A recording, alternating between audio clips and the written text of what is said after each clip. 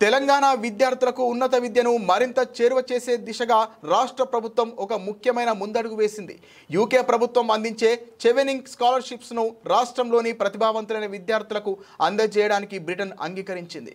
ముఖ్యమంత్రి రేవంత్ రెడ్డితో జరిగిన సమావేశంలో భారత British high commissioner Lindy Cameron ఈ హామీ ఇచ్చారు.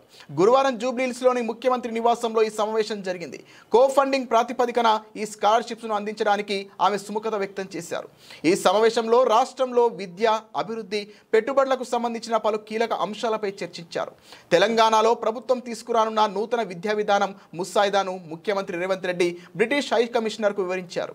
రాష్ట్రంలోని ప్రభుత్వ ఉపాధ్యాయులు, ప్రొఫెసర్ల నైపుణ్యాలను మెరుగుపరచడానికి ప్రత్యేక శిక్షణ కార్యక్రమాలను ఏర్పాటు చేయాలని ముఖ్యమంత్రి కోరారు.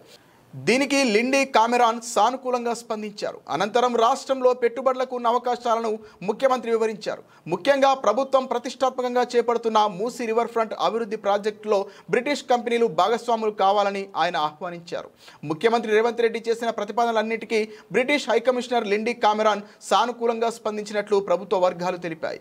ఈ సమావేశంలో తెలంగాణ, బ్రిటన్ మధ్య ద్వైపాక్షిక సంబంధాలు మరింత బలపడతాయని భావిస్తున్నారు.